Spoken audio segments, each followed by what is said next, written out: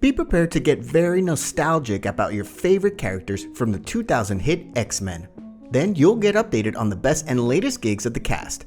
So all you have to do is hit that like and subscribe button and ring the notification bell as we bring you the X-Men 2000 cast back then and now. Patrick Stewart as Charles Xavier, aka Professor X. Similarly to most of the cast from X-Men 2000, when Patrick Stewart signed on to portray Charles Xavier, he was already an icon thanks to his starring role as Jean-Luc Picard in Star Trek The Next Generation. As a matter of fact, in 2020, the TV series Picard was released because the Star Trek mania will never die out. Other than Stewart's great work with Star Trek, the series, and the movies, he made his final appearance in Fox's take on the franchise with 2017's Logan. Plus, between the original X-Men and Logan, he managed to fit in a lot of animated voiceover jobs, including Romeo and Juliet, Sinbad the Fifth Voyage, The Snow Queen, and Chicken Little, as well as recurring roles in American Dad and Family Guy. And we've also been able to see Stewart in the latest Charlie's Angels. Hugh Jackman as Logan, aka Wolverine. You might already be aware that there is no X-Men without the fierce, rude baddie known as Wolverine. He's a total constant of the X-Men franchise, and Hugh Jackman is the key actor to be Logan. So for many, it seems hard to believe that before X-Men, Jackman's biggest role was in Oklahoma, where he appeared as Curly. After X-Men, he worked with some of the world's greatest directors, including Christopher Nolan in The Prestige, Darren Aronofsky in The Fountain, and Denis Villeneuve in Prisoners. Then, thanks to the success of The Greatest Showman, he was able to go on a singing tour. Sir Ian McKellen as Eric Lensher, aka Magneto. McKellen was definitely already well known when he signed on to be an X-Men as Magneto. He had a long and successful theatrical career, which translated into a successful movie career, to the extent he'd already appeared in a superhero movie, The Shadow, and a Bryan Singer movie in Apt Pupil. However, X-Men proved to be a resurgence for McKellen because he was then cast as the Wise Wizard in The Lord of the Rings Fellowship of the Ring the following year. Then, The Lord of the Rings The Two Towers hit cinemas right before X-Men 2. Then, McKellen's final appearance as Magneto came in X-Men Days of Future Past. As for his latest film, that would be in the crime thriller The Good Liar. Halle Berry as ORORO MUNROE, aka Storm. The ageless Halle Berry and crown wearer of the sexiest woman alive by Esquire magazine has appeared in many action movies over the course of her career. Before X-Men, she featured in The Last Boy Scout and Executive Decision with Kurt Russell. After X-Men, she appeared in Swordfish, Die Another Day, and Catwoman. Then, she won a Best Actress Oscar for Monsters Ball. Her final X-Men appearance came in X-Men Days of Future Past, but that doesn't mean she'll stop acting in action films. She also starred in John Wick 3 and Kingsman: The Golden Circle. As for the vastness of her talents, be sure to watch Bruised, a 2020 sports drama film directed by Halle Berry in her feature directorial debut.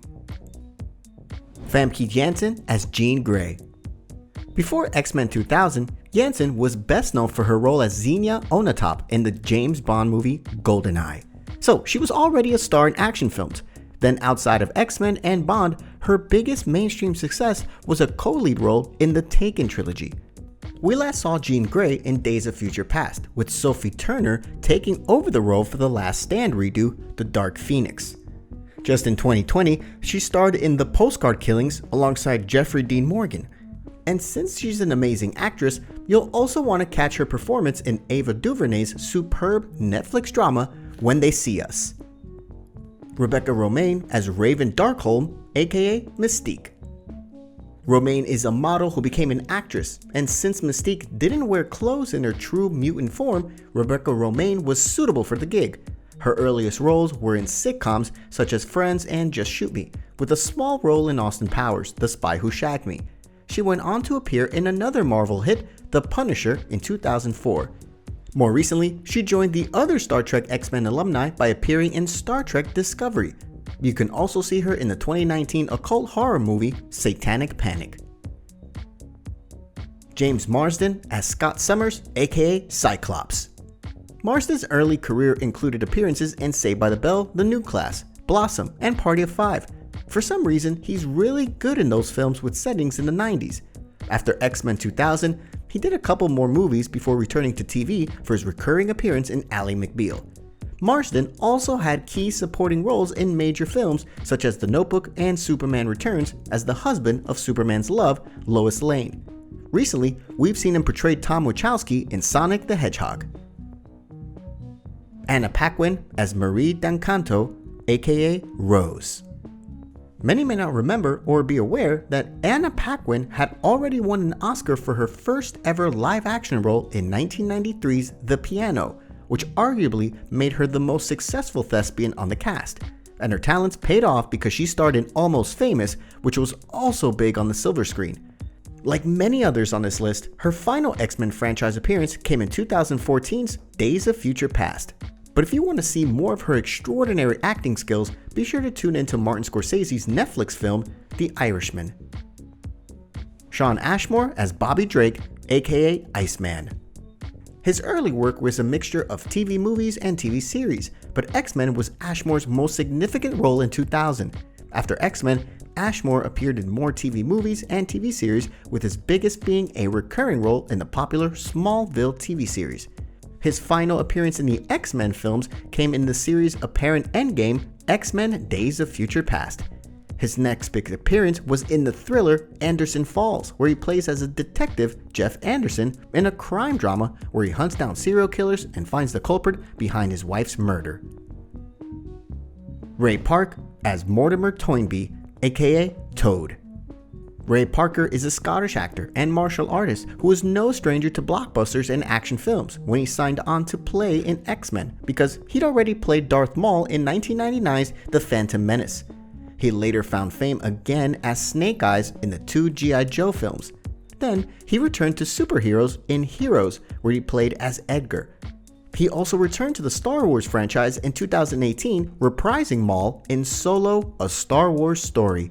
Nowadays, if you want to see more of Ray Park, just watch Disney Plus's Star Wars: The Clone Wars of 2020. Tyler Mane as Victor Creed, aka Sabretooth.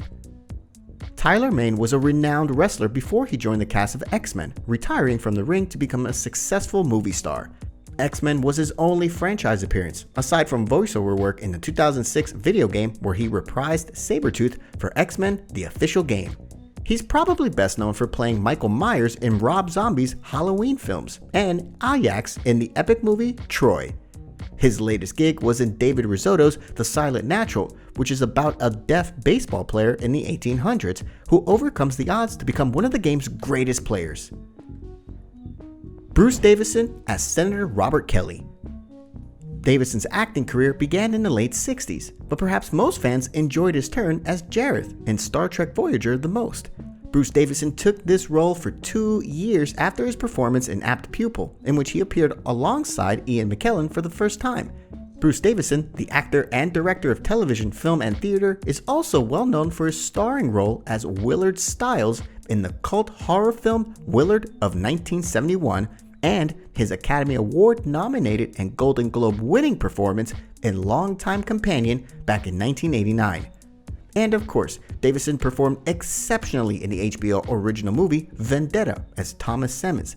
After X-Men 2000, Davison returned to the Star Trek franchise, appearing in The Next Generation with Patrick Stewart.